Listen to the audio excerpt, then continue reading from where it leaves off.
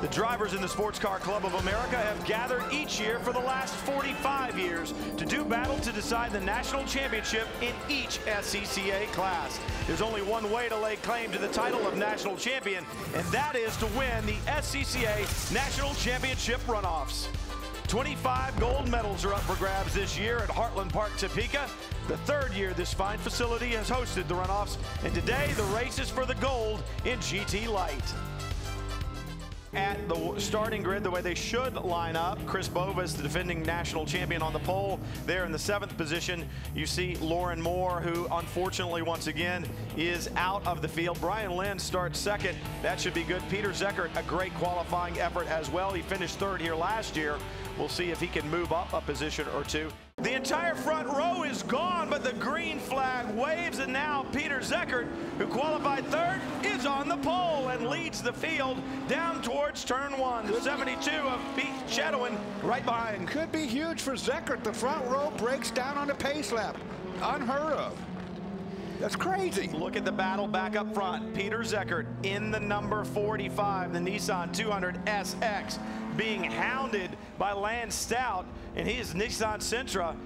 There's less than a car length between them, and Stout really closed the gap, Dorsey, but now seems to be content to hang there. Gap spread out just a little bit as they get through the corners, but it has been tight these last several laps. Well, Lance is a Northern Pacific champion. He's got 4 wins already coming here.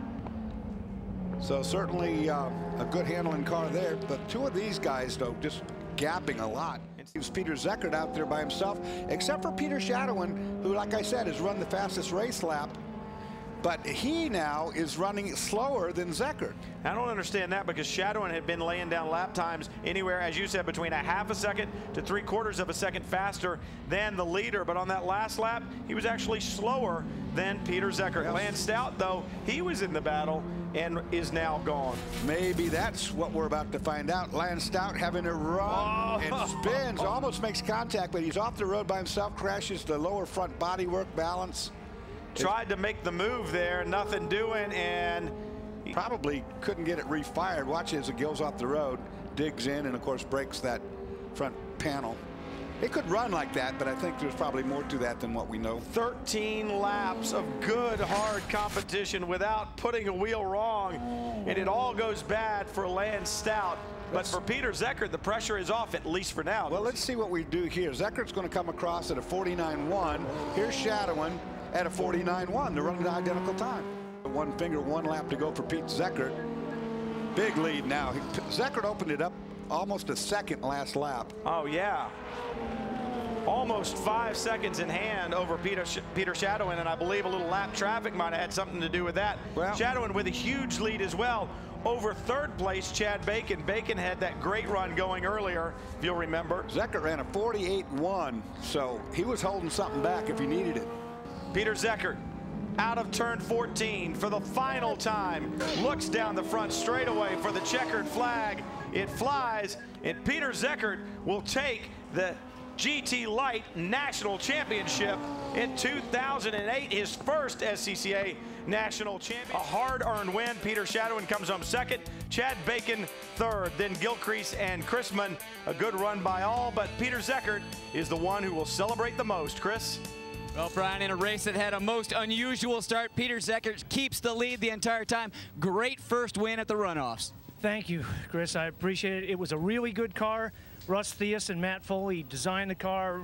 Foley did the engineering on it.